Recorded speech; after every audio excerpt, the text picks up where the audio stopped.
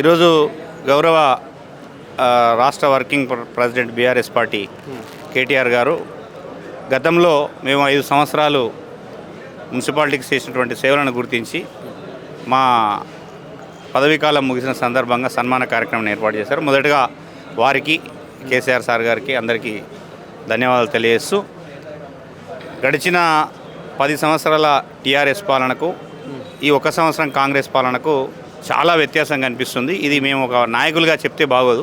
ప్రజల్లో ఇప్పటికే మీరు ఏ గ్రామం వెళ్ళినా తీవ్రమైనటువంటి వ్యతిరేకత వ్యక్తం అవుతా ఉంది. సార్, ఇప్పుడు ఈ కాంగ్రెస్ పార్టీ అధికారంలోకి వచ్చినాక 6 గ్యారెంటీల పథకం అని చెప్పేసి 6 గ్యారెంటీలు మీరు అప్లికేషన్ చేసుకోవాలని చెప్పేసి ప్రతి గ్రామంలో నిర్వహించడం అనేది జరిగింది అధికారంలో సమక్షంలో.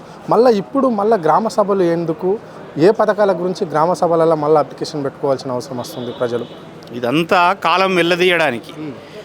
ఇవ్వాలనుకున్నాడు నేరుగా ఇస్తాడు. కేసీఆర్ రైతు బంధు రైతు బీమా ఇస్తా అని గత ఎన్నికల్లో ఎప్పుడు మేనిఫెస్టోలో చెప్పలే. రైతుల కష్టాన్ని ఎరిగిండు కాబట్టి రైతు రాజ్యంగా ఈ తెలంగాణను అన్నపూర్ణగా భారతదేశంలో నిలపాలనుకున్నాడు కాబట్టి రైతుకు వెన్నెముకగా రైతు బంధు కానీ రుణమాఫీ కానీ మేనిఫెస్టోలో లేకుండా ఇచ్చినాడు. ఈయన మేనిఫెస్టోలో పెట్టి ఎన్నికల్లో హామీ ఇచ్చి కూడా ఇప్పటి వరకు నెరవేర్చడంలో విఫలమైండు. అసలు ఈ కాంగ్రెస్ ప్రభుత్వానికి ప్రభుత్వం నడపడమే రావడం లేదు. అందుకు తార్కాణమే ఈరోజు మొన్నటికి మొన్న 16,000 అన్నాడు, మళ్ళీ అమౌంట్ సరిపోతలేదు 12,000 అన్నాడు. అది మళ్ళీ నియోజకవర్గానికి మండలానికి ఒక పైలట్ గ్రామంగా వేస్తే అన్ని గ్రామాల రైతులు అంత వ్యవసాయం బాగుపడాలంటే అన్ని గ్రామాల్లో బాగుపడాలి. ఒక పైలట్ గ్రామంగా ఎంచుకొని ఒకటే గ్రామానికి రైతు బంధు వేయడం అనేది అంటే ఇదంతా కప్పదాటు కాలం వెళ్ళదీసేయడానికి తప్ప రైతులను బాగు చేయడానికి, రాష్ట్ర ప్రజలను ఆదుకోవడానికి, సంక్షేమ పథకాలను ఇచ్చే ఉద్దేశం లేకనే ఇదంతా. అంటే ఇప్పటికీ కాంగ్రెస్ ప్రభుత్వం వచ్చే అధికారంలోకి వచ్చి 14 మాసాలు అవుతుంది. సో ప్రతి ఇయర్లో 5 లక్షల ఇండ్లు ఈ రాష్ట్ర వ్యాప్తంగా అని చెప్పారు. 1 ఇయర్ అయిపోయింది కదా, మరి 5 లక్షల ఇండ్లు అన్నారు. ఈ ఇయర్లో ఎక్కడన్నా ఇండ్లు కట్టించారా? కట్టిస్తే అది ఎవరికి ఇస్తున్నారు? చాలా మంచి క్వశ్చన్ అడిగినారు. సంవత్సరానికి 5 లక్షలు అన్నారు. మొదటి సంవత్సరం అయిపోయింది. ఈ 5 లక్షలు వచ్చే సంవత్సరం ఏమవుతుంది? 10 లక్షలు అవుతుంది. ఇక వచ్చే సంవత్సరం కూడా ఇస్తారని నమ్మకం లేదు. ఇప్పటికి ఒక్క ఇల్లు మంజూరు పలాని వ్యక్తికి మేము ఇల్లు మంజూరు చేసినటువంటి పరిస్థితి కూడా లేదు. ఓన్లీ లిస్టులు తయారు చేసినారు. ఏంది? ఎలిజిబుల్ లిస్టు ఒక ఆధార్ కార్డు కొడితే వచ్చేస్తుంది. వీళ్ళు ప్రత్యేకంగా బృందాలను పెట్టి అట్లా అధికారుల కాలయాపన చేసి అధికారులను ఆఫీసులలో పనిచేయకుండా అంత అంటే పరిపాలన అనేది అడ్మినిస్ట్రేషన్ అనేది కొలాప్స్ చేసినారు ఈరోజు తెలంగాణ రాష్ట్రం. ఇప్పుడు కొత్తగా రేషన్ కార్డు కావాలంటే ఇంత నిబంధనలు పెట్టవలసిన అవసరం ఏముంది ప్రభుత్వానికి? గత ప్రభుత్వాలు ఎప్పుడన్నా రేషన్ కార్డు కావాలనుకుంటే పేదవాళ్ళకి ఇలాంటి నిబంధనలు పెట్టిందా? అదే ఇచ్చే ఉద్దేశం లేకనే నిబంధనల పేరు మీద తాత్సారం చేయడం. ఇచ్చే ఉద్దేశం ఉంటే ఏదైతే నిబంధనల ప్రకారం 14 నెలలు పడుతుందా రేషన్ కార్డు ఇవ్వడానికి? రేషన్ కార్డు ఇస్తే ఏమన్నా నువ్వు అమౌంట్ ఇస్తున్నావా? ప్రభుత్వం ఖజానా ఏమైనా ఖాళీ అవుతుందా? నీవు ఇవ్వాలని ఉద్దేశం ఉంటే మొదటి నెలలో ఇవ్వచ్చు. అట్లా అంటే ప్రభుత్వం లేదక్కనే కదా 14 నెలలు అయింది.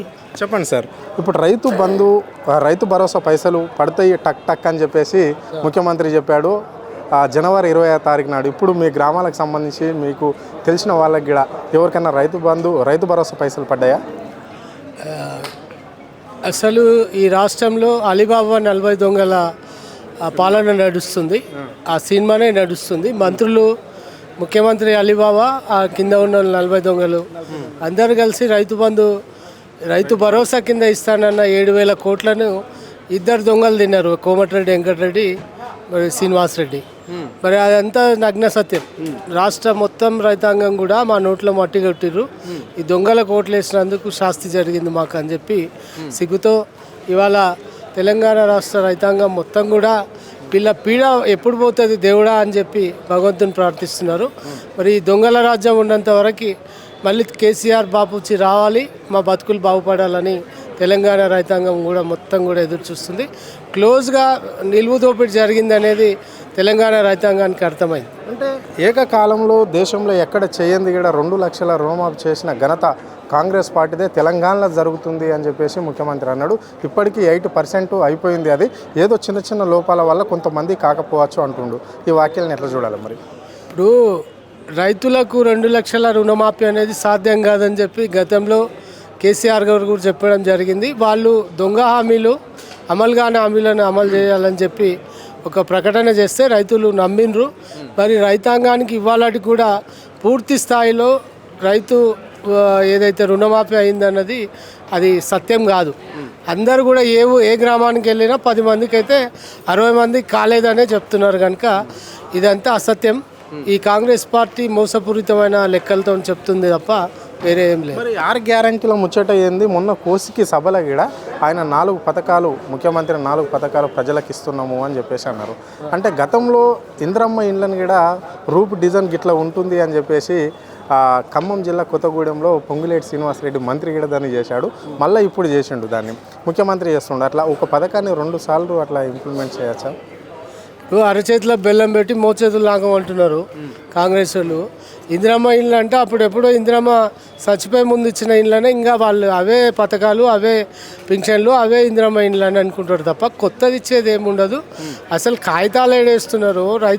ఈ గ్రామ సభలు పెట్టి గతంలో చెప్పిర్రు మేము 6 గ్యారెంటీలు 100 రోజుల్లో ఇస్తామని కాగితాలు రాయించుకున్నారు.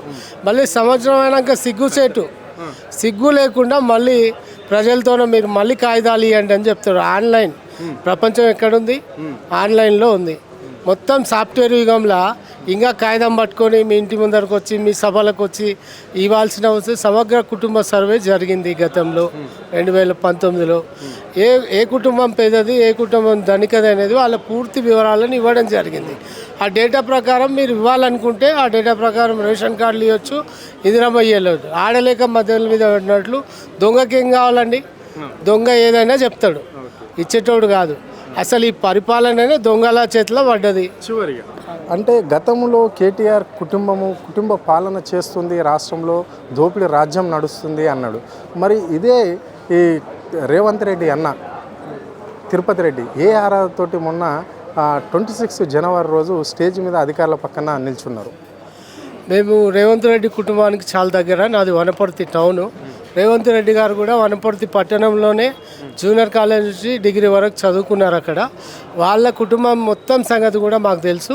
చెప్పులు లేకుండే, బట్టలు లేకుండే వాళ్ళకి ఇవాళ 1000 కోట్ల రూపాయలు ఎట్లకెళ్ళి వచ్చినాయి.